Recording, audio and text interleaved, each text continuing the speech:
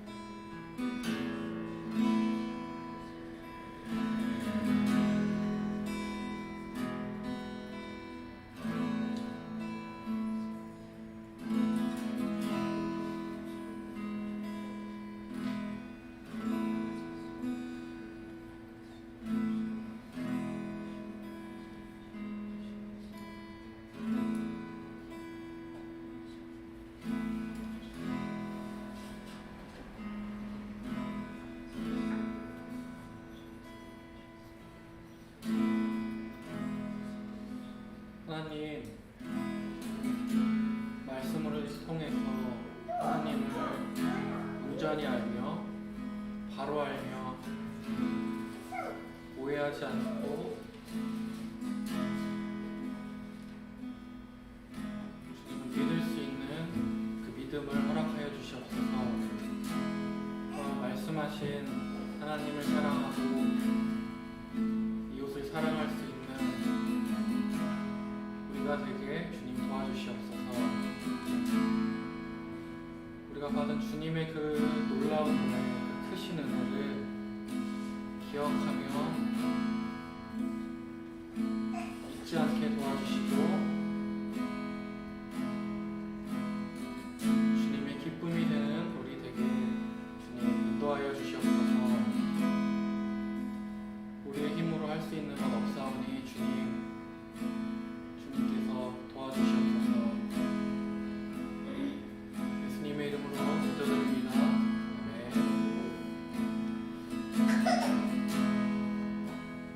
이 찬양 악보 보시면 강령이라는 찬양이 있는데 그 말씀이 가사로 되어 있어서 함께 고백하였으면 좋겠습니다.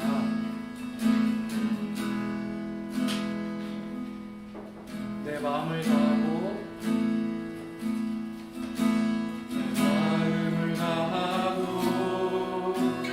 목숨을 다하고 내 뜻을 다하여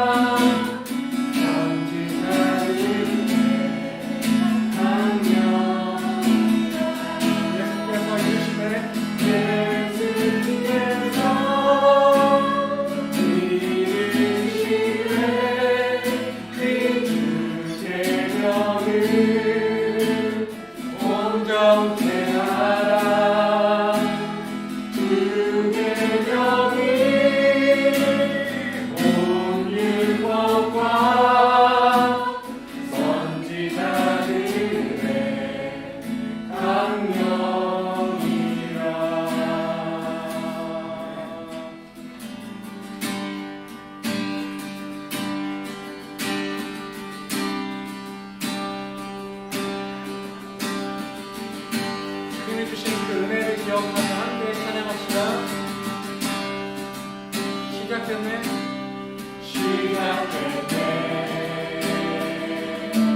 우리 주님의 능력이 나의 삶을 다스리고 새롭게 하네. 자유하네. 죄와 사랑으로부터 나의 삶은 변하구나. 충만하네. 그대로라. 주의 은혜 한량없는 주의 은혜 그대로다. 주의 은혜 변함없는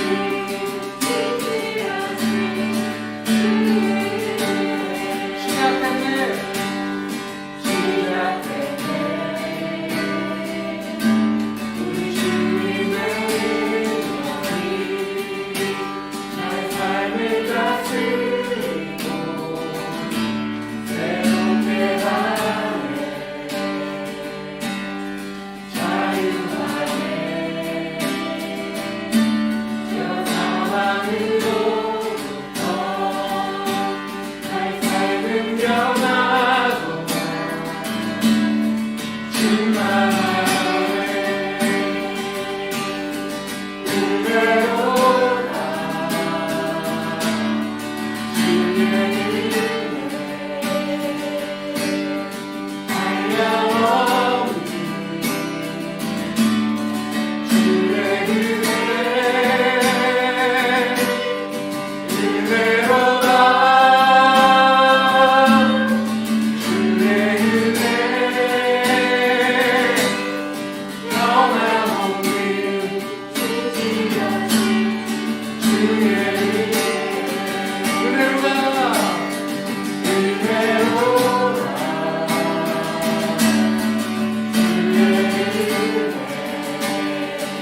은혜 한량없는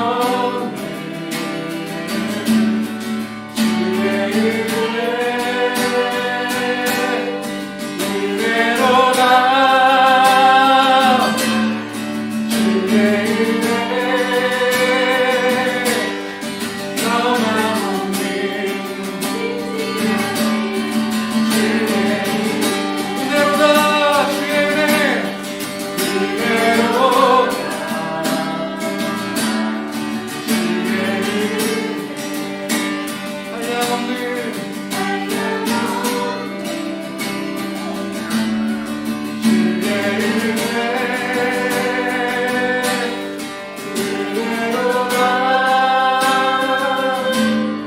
주의 은혜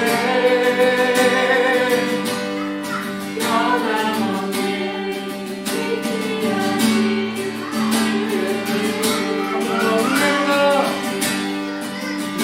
그대로다. 주의 은혜 한량없는 주의 은혜 그대로다. 주의 은혜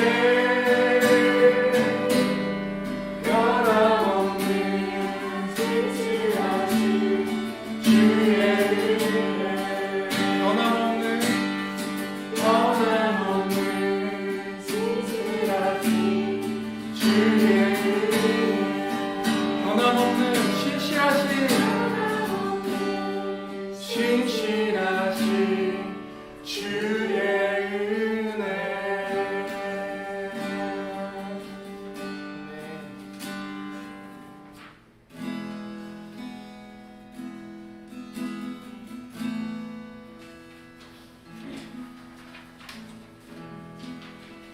변함없이 신실하신 주님의 은혜로 우리가 살아갈 수 있음을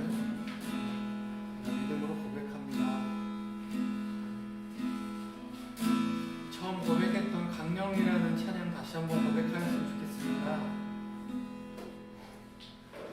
하나님의 말씀을 기억하며 다시 한번 찬양으로 나아갑시다.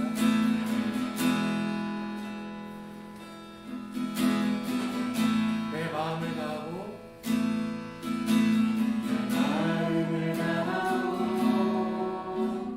목숨을 다하고 내 뜻을 다하여 하나님을 사랑하 내 자신과 같이 너의 이웃을 사랑하라 사랑하라 내 마음을 다하고 목숨을 다하고 내 뜻을 다하여 하나님을 사랑하라 내 자신과 같이 너의 이웃을 사랑하라 우리 다시 한번 찬양합시다. 내 마음을 다하고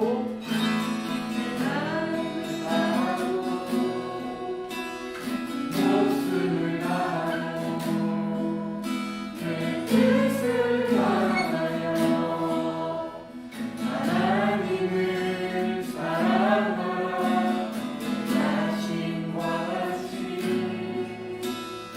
너의 이웃을 사랑하라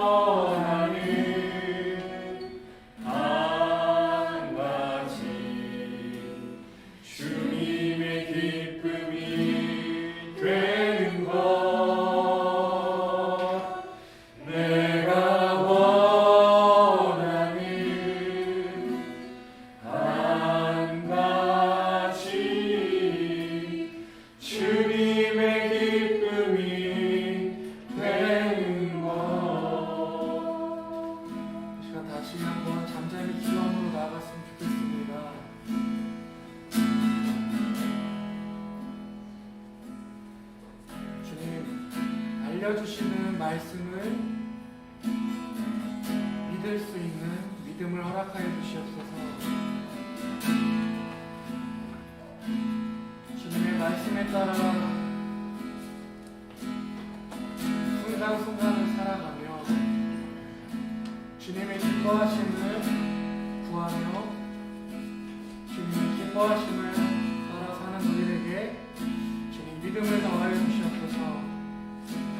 시간 주님께 믿음을 구하며 어떠한 말씀으로 주님을 더욱 알게 하여 달라고, 주님을 더욱 믿게 해달라고 기도함으로 나아갑니다.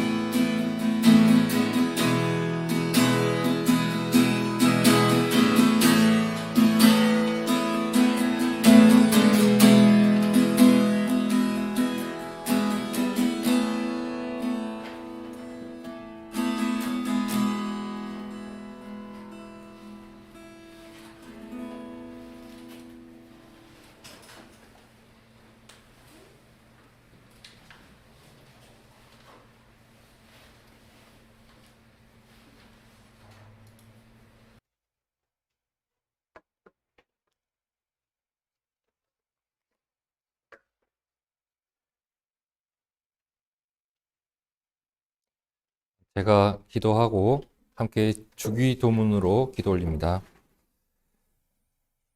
하나님 아버지, 우리 둥지교회가 주님 앞에 이렇게 모여 예배를 올려드리고 있습니다. 하나님께서 기뻐하시는 예배가 되기 위하여 우리 마음속에 용서해야 할 자를 용서할 수 있고, 사랑해야 할 자를 사랑할 수 있고, 잃어버렸던 정의와 공의, 하나님의 뜻을 마음에 품고 이 자리에 모여있는 우리가 되기를 구합니다. 하나님이 원하는 제사를 올려드리는 우리가 되기를 원합니다. 형식적이고 종교 생활에 심취했던 수많은 사람들과 같이 아니하고 하나님을 사랑하기 때문에 형제를 용서할 수 있고, 하나님을 사랑하기 때문에 이 세상을 하나님의 뜻으로 채워지기를 원하는 우리의 마음밭이 되기를 구합니다. 하나님께서 이 시간 우리의 예배와 우리의 삶과 우리의 고백과 우리의 입술을 받아 주시옵소서. 예수님 이름으로 기도드립니다. 아멘. 하늘에 계신 우리 아버지, 아버지의 이름을 거룩하게 하시며 아버지의 나라가 오게 하시며 아버지의 뜻이 하늘에서와 같이 땅에서도 이루어지게 하소서. 오늘 우리에게 일용할 양식을 주시고 우리가 우리에게 잘못한 사람을 용서하여 준 것 같이 우리 죄를 용서하여 주시고 우리를 시험에 빠지지 않게 하시고 악에서 구하소서. 나라와 권능과 영광이 영원히 아버지의 것입니다. 아멘. 아멘. 자, 성경 말씀 마가복음 12장의 말씀을 보겠습니다.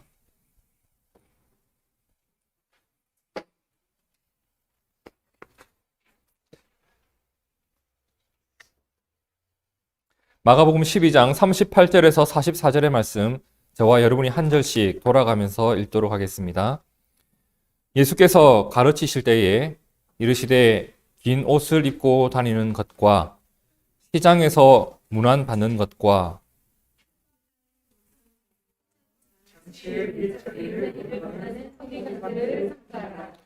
저희는 과부의 가산을 삼키며 외식으로 길게 기도하는 자니 그 받는 판결이 더욱 중하리라 하시니라.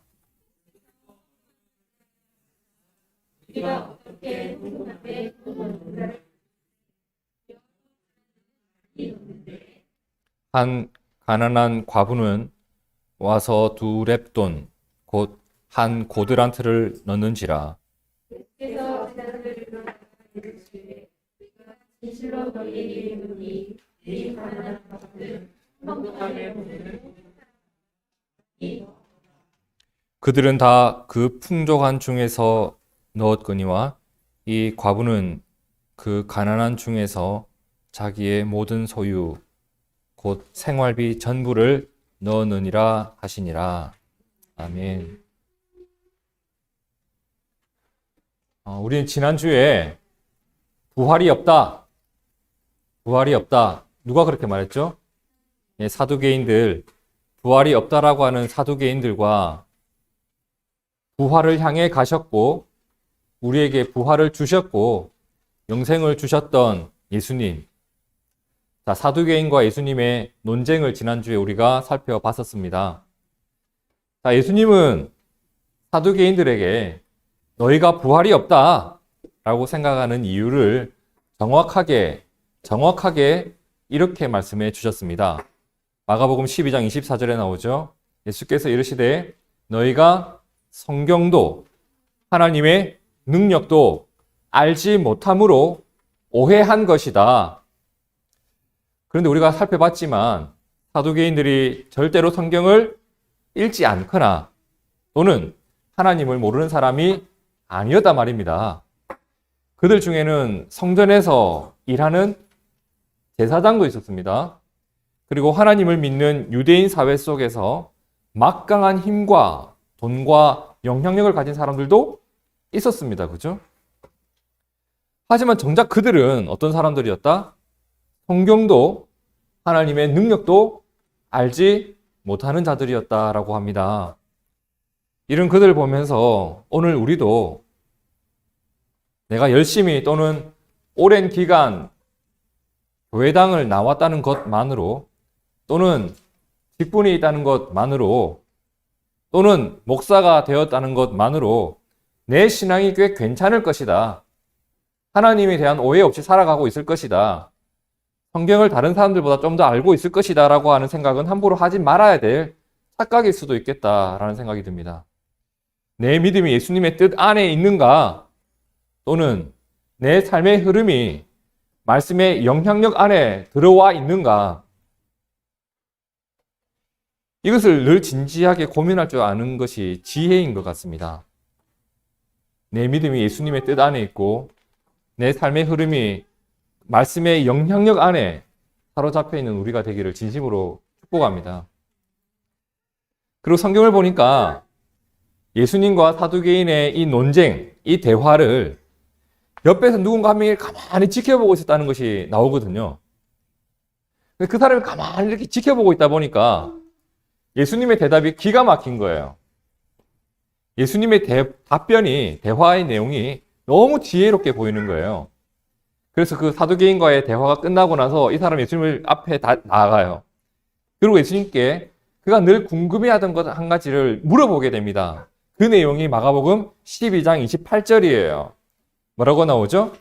서기관 중 한 사람이 그들이 변론하는 것을 듣고, 여기서 변론이 그 말이죠. 그들이란 말이 예수님과 사두개인을 말하는 거예요. 그 대화를 듣고 예수께서 잘 대답하신 줄을 알고 나와 묻되 모든 계명 중에 첫째가 무엇입니까?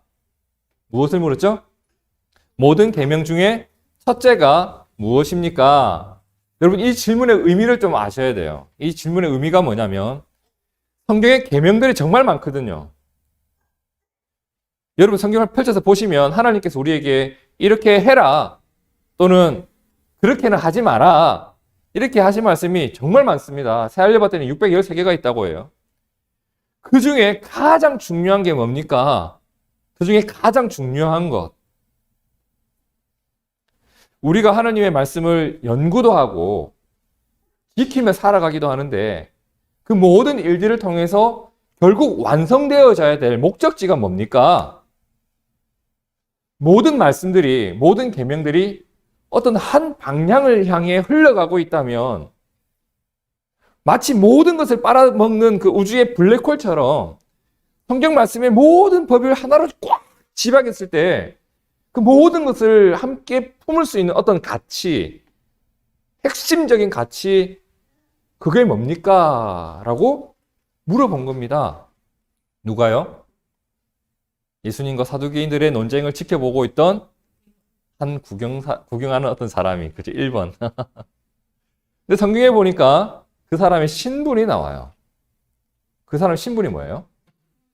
서기관이라고 합니다. 서기관. 그럼 이제 우리가 이게 익숙한 게 아니에요. 서기관. 자, 서기관이 어떤 사람이죠? 쉽게 말해 선생님. 네, 선생님이에요. 무엇을 가르치는? 율법과 성경을 가르치는 선생님이에요. 서기관들은 당시 유대인 사회 속에서 굉장히 존경받던 사람이에요. 왜? 성경을 가르치는 선생님이니까. 오늘 우리하고는 좀 달라요. 우리나라에서는 성경을 가르치는 선생님을 별로 존경 못 받잖아요. 뭐 교회에서 말고 사회 속에서 말이에요. 사회 속에서 다른 돈 되는 학문 가르치는 사람이 짱입니다. 그죠? 성경학원 차려봤자 과연 등록생이 있을까요? 인정을 못 받아요. 하지만 당시 이스라엘은 달랐단 말이에요.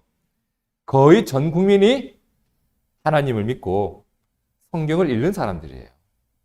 전 국민이. 그리고 성경을 따라 살아야 한다라고 생각했던 사람들이 대부분이었어요. 그러니까 성경을 가르치는 서기관이라는 사람. 오늘날로 치면 대형 학원의 유명 강사만큼 인정받는 사람이었죠. 존경받고 구원에 있는 자리였어요. 그러니까 지금 상황은 이런 거예요. 성경을 연구하고 가르치는 한 서기관이, 그렇죠?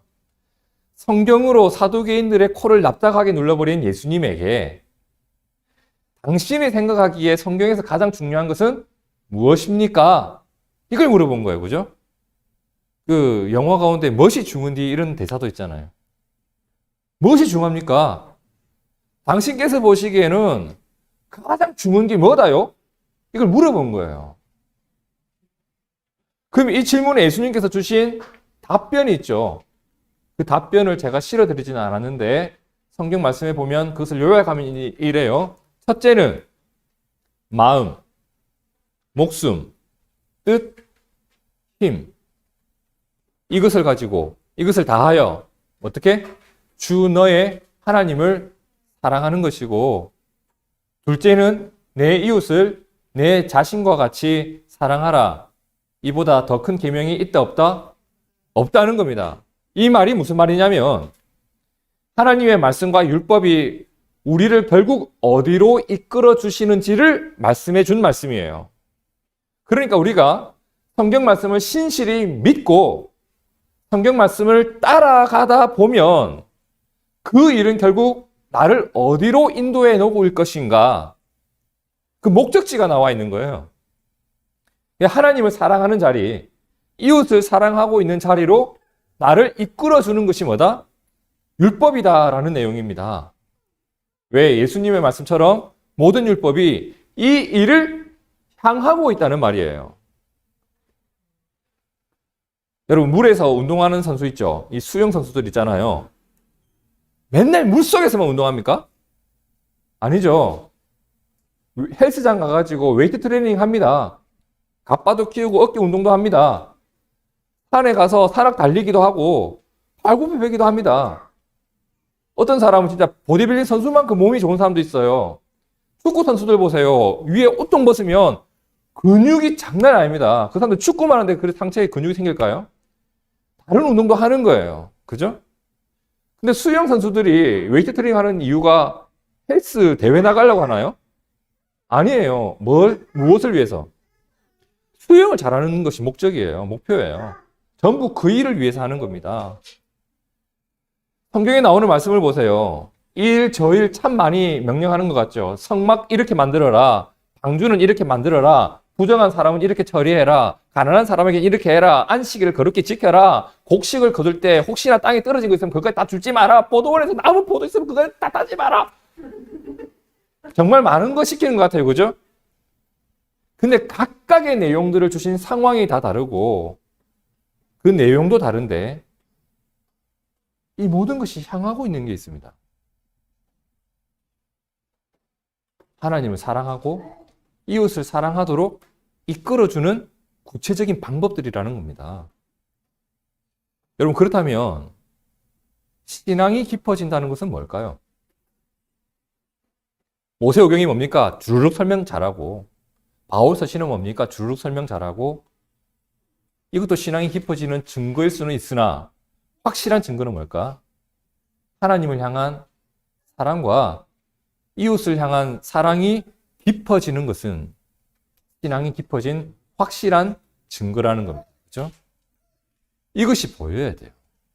이것이 내 신앙이 깊어지는 핵심입니다. 자, 예수님이 이렇게 대답하신 것을 누가 들었어요? 서기관이 들은 거예요. 자, 서기관은 어떤 사람이다? 율법을 연구하고 율법을 가르치는 사람이에요. 자, 그러면 예수님의 이러한 대답을 그 사람이 듣고 어떻게 반응했을까? 성경을 잘 아는 그 사람은 어떻게 반응했을까? 마가복음 12장 32절을 보세요. 서기관이 이르되 선생님 옳소이다 이럽니다. 옳소이다. 당신이 보신 그것이 옳습니다 라고 합니다. 하나님은 한 분이시고 그 외에 다른 이가 없다 하신 말씀이 참입니다. 또 마음을 다하고 지혜를 다하고 힘을 다하여 하나님을 사랑하는 것과 또 이웃을 자신과 같이 사랑하는 것이 모든 번제물과 기타 제물보다 뭐다? 낫습니다. 그는 옳습니다. 옳습니다. 전적으로 동의를 합니다. 이 사람이 어떤 사람이다? 성경을 연구하고 묵상하던 사람이에요. 이미 그도 성경을 보면서 이 부분을 깊이 느끼고 있었을지도 모릅니다. 하지만 당대의 서기관들이 그렇게 살았습니까? 살지 않았던 거예요. 갈등이 있는 거예요. 나는 성경을 보면 볼수록 이러한 것이 느껴지는데 우리들의 삶의 모습은 그렇지 않은 거예요. 그 속에서 갈등을 느끼고 있었던 한 서기관 아니었을까라는 생각도 해보게 돼요.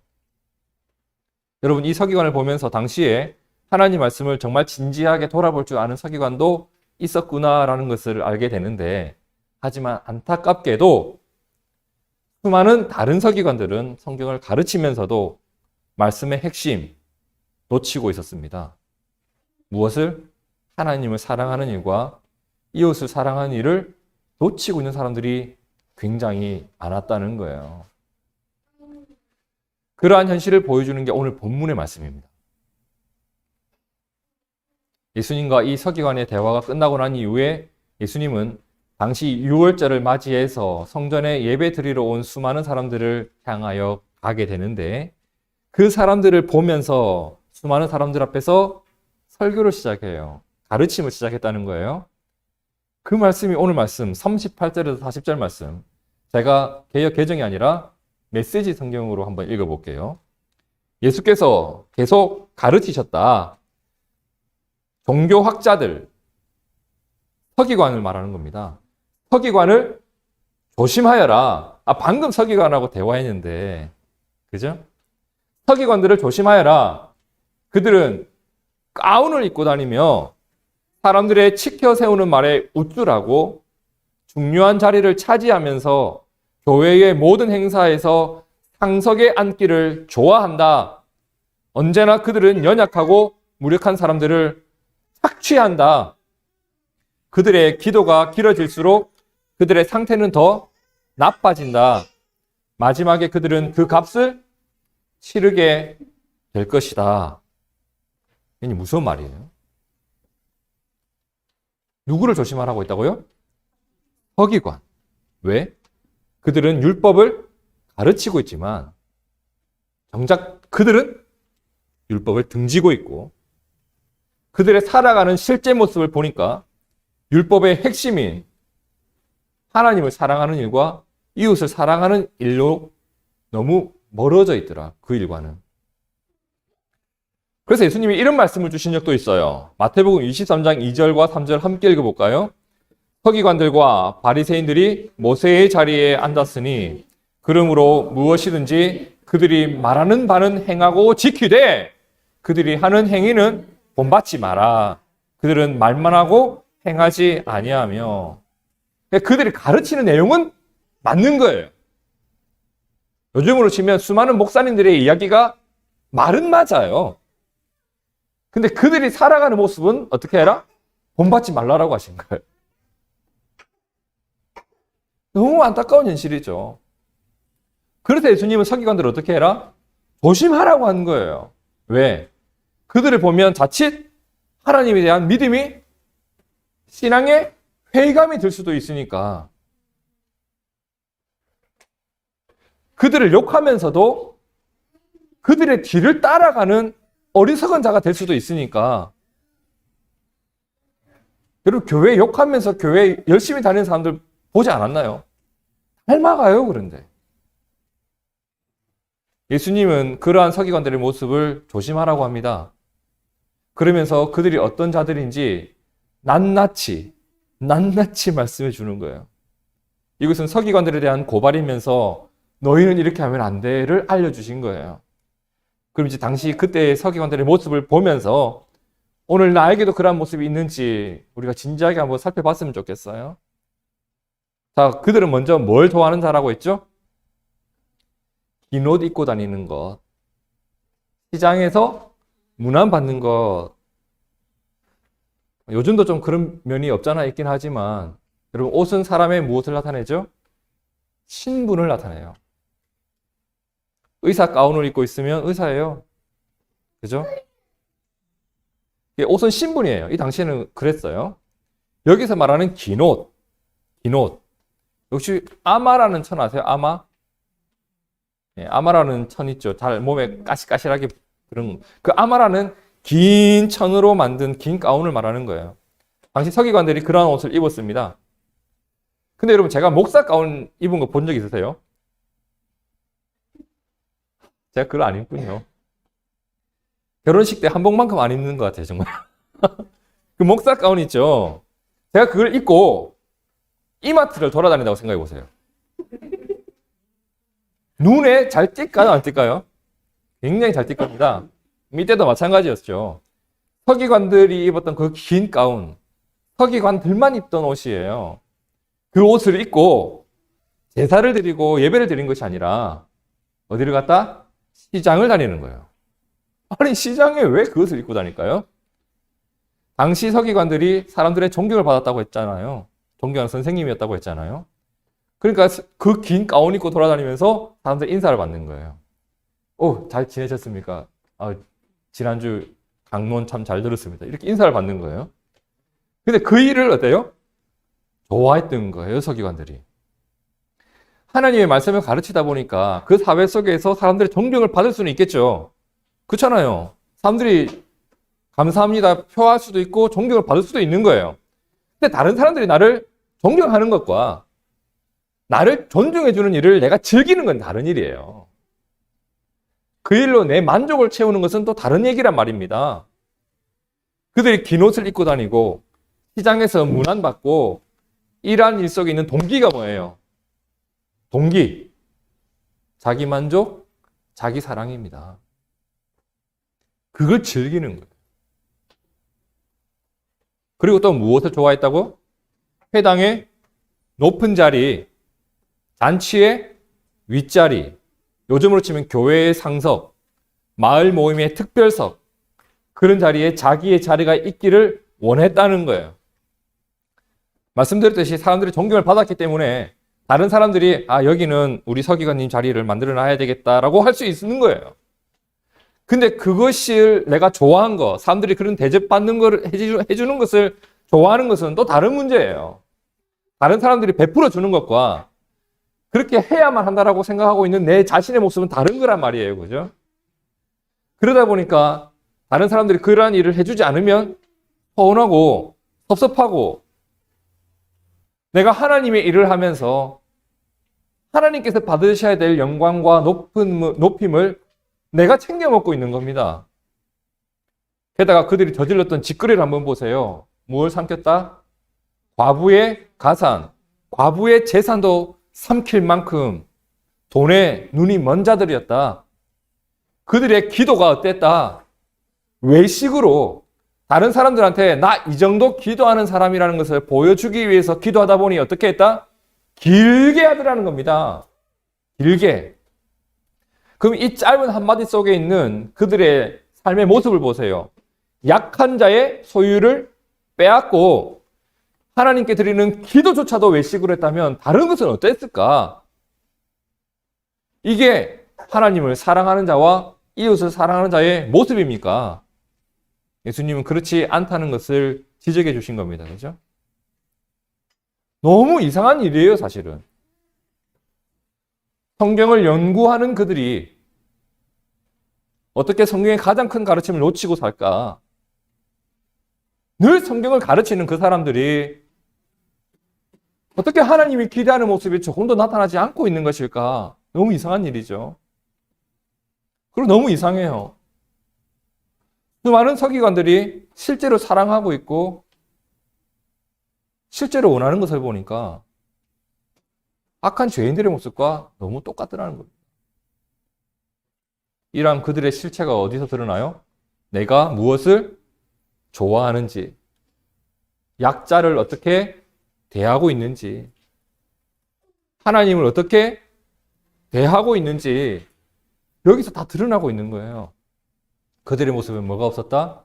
하나님을 사랑함도 없고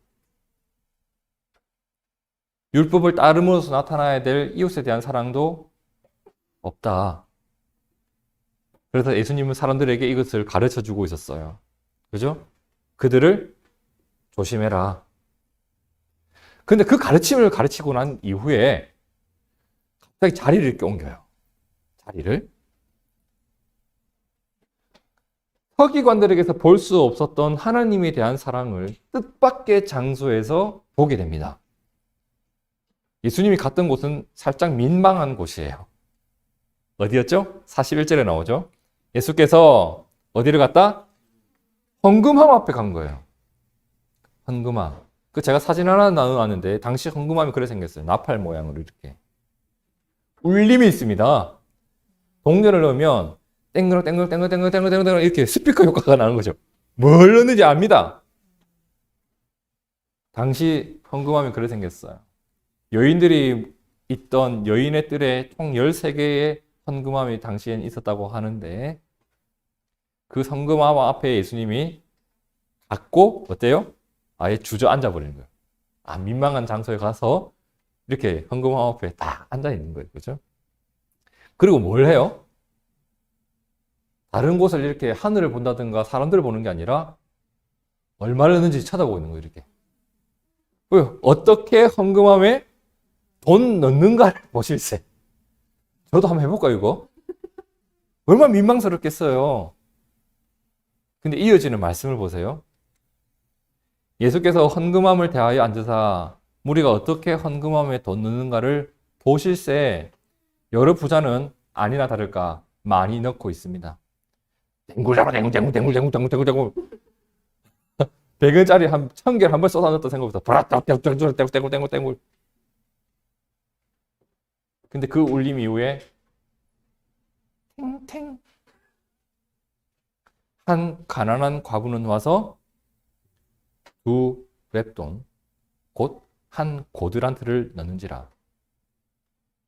여러분, 한 고드란트는 한 데나리온, 즉 한 사람이 보통 받던 일당의 64분의 1 정도예요. 요즘으로 치면 약 1,000원에서 1,500원 정도. 그 당시에 가장 가벼우면서도 값어치 없는 동전. 이 보면서 제가 1원짜리 동전이 생각나더라고요. 그 플라스틱인지 그죠? 무궁화 그려져 있던 1원짜리가 생각나던데. 그런데 가장 가볍고 값어치 없는 동전이라 칩시다. 근데 그 동전을 들었던 그 여인에게도 과연 값어치 없는 돈이었을까? 그 여인의 입장에서는 이것이 뭐예요? 가볍거나 값어치 없는 돈이 아니었단 말이에요. 그 여인의 입장에서는. 왜? 44절에 보세요. 그 가난한 중에서 자기의 모든 소유였으니까, 그것이 나에게 남은 마지막 생활비였으니까 이 여인에게는 내 모든 것이에요.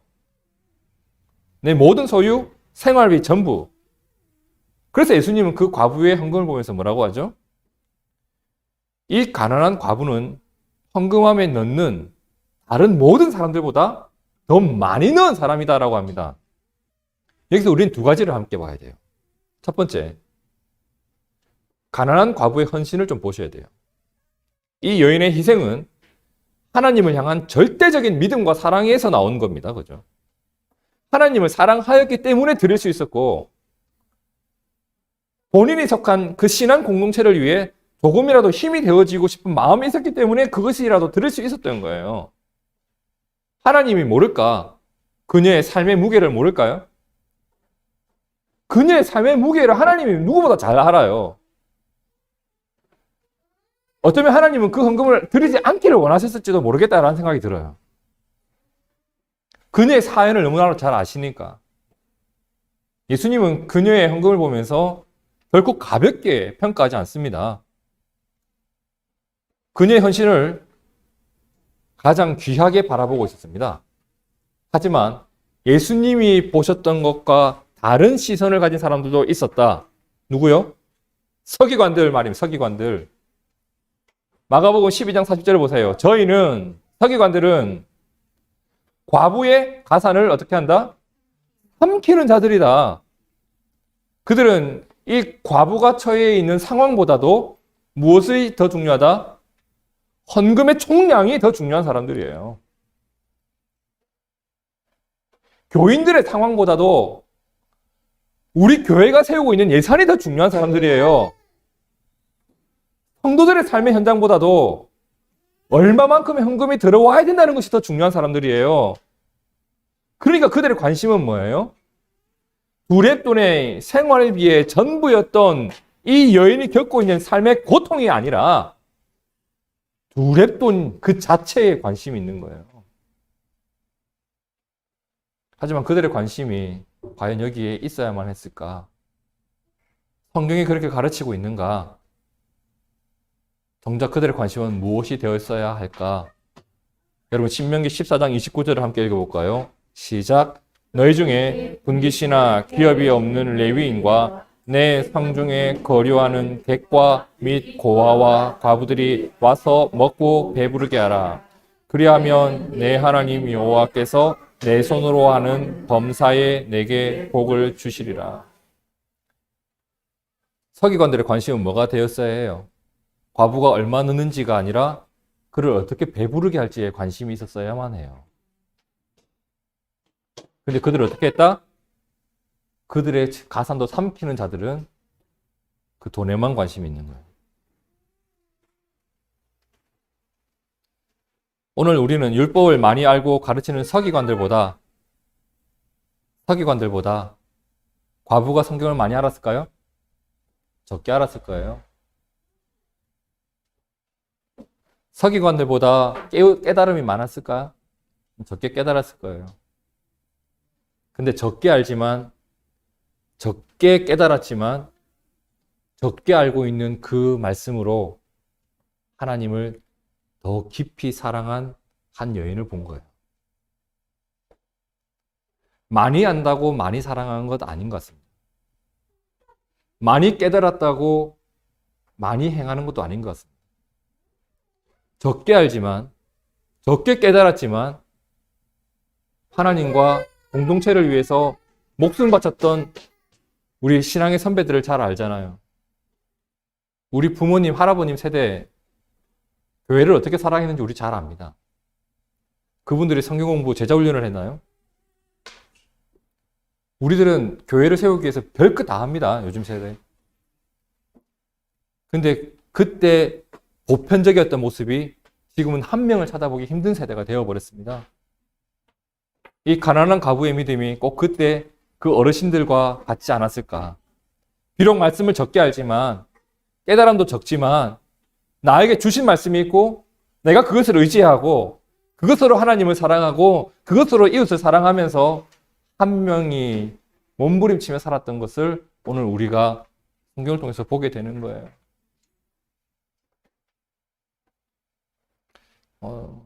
지난주에 이런 일이 있었어요. 여러분도 잘 아시겠지만 사실 우리 교회가 유지가 된다는 것은 제가 생각해도 기적입니다.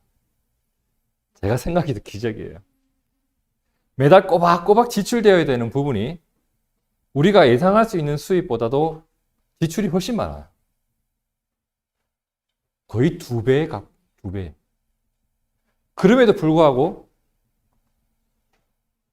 얼마라도 잔액이 유지가 되고 있어요. 잔액이.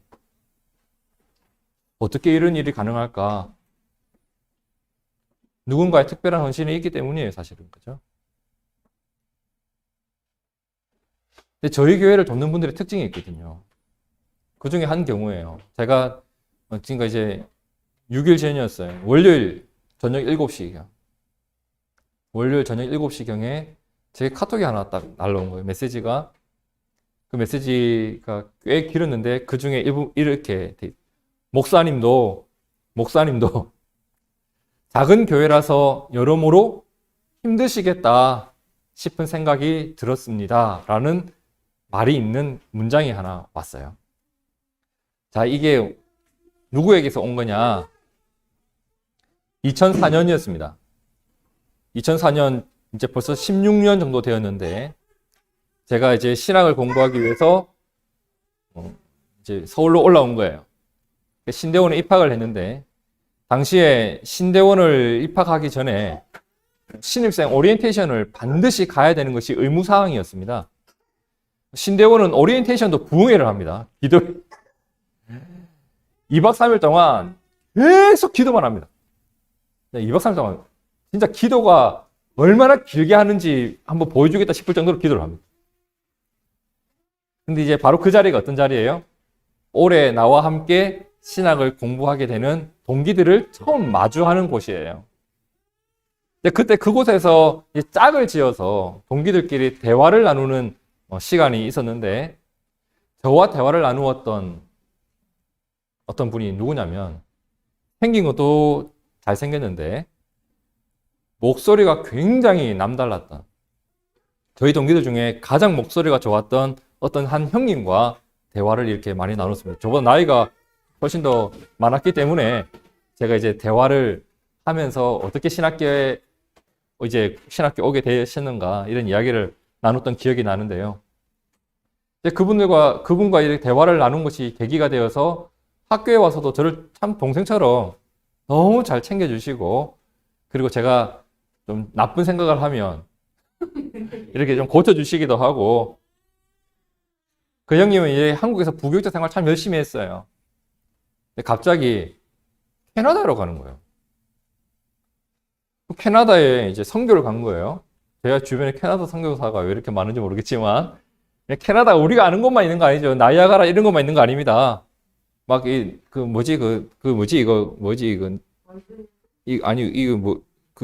깃발에 뭐 있어요? 그 단풍잎인가요? 그 단풍만 멋진 곳 아니죠. 캐나다도 참 힘든 원주민 사역이 많습니다. 이제 그곳을 간 거예요. 오랜 기간 그곳에서 이제 그분의 어떤 선교 사역을 위해서 캐나다로 떠나게 된 거죠. 열심히 사역을 했고 이것저것 준비하는 시간들이 참 길었습니다. 그런데 작년 12월 20일이었어요. 작년 12월 20일에 갑자기 하나님 곁으로 간 거예요.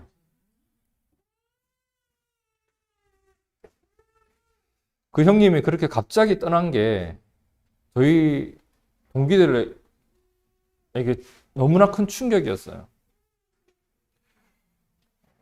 우리들도 건강검진 다 받아봐야 된다. 그때 당시 분위기가 그랬어요. 정말 갑작스럽게 떠나버렸어요.